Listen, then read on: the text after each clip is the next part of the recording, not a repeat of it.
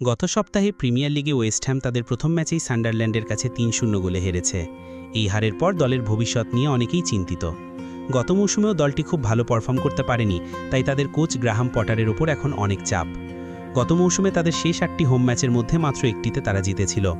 এখন দ্রুত উন্নতি না হলে ভক্তদের হতাশা আরও বাড়বে।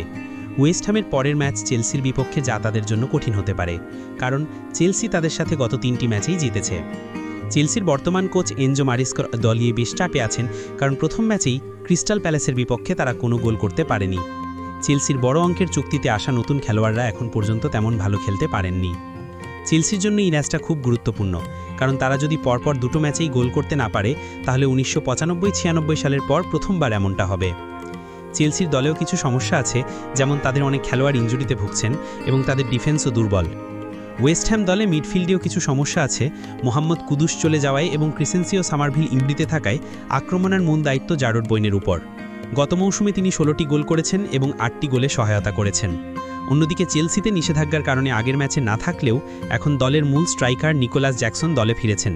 তবে জও পেদ্রোই সম্ভবত শুরু থেকে খেলবেন। সামনের ৩টি ম্যাচেই ওয়েস্ট হ্যাম, ফুলহ্যাম এবং ব্রেন্টফোর্ডের বিপক্ষে চেলসির ম্যাচ আছে। এই ম্যাচগুলোতে তারা যদি ভালো পারফর্ম না করে, তাহলে শিরোপা জেতার আশা করা তাদের জন্য কঠিন হবে।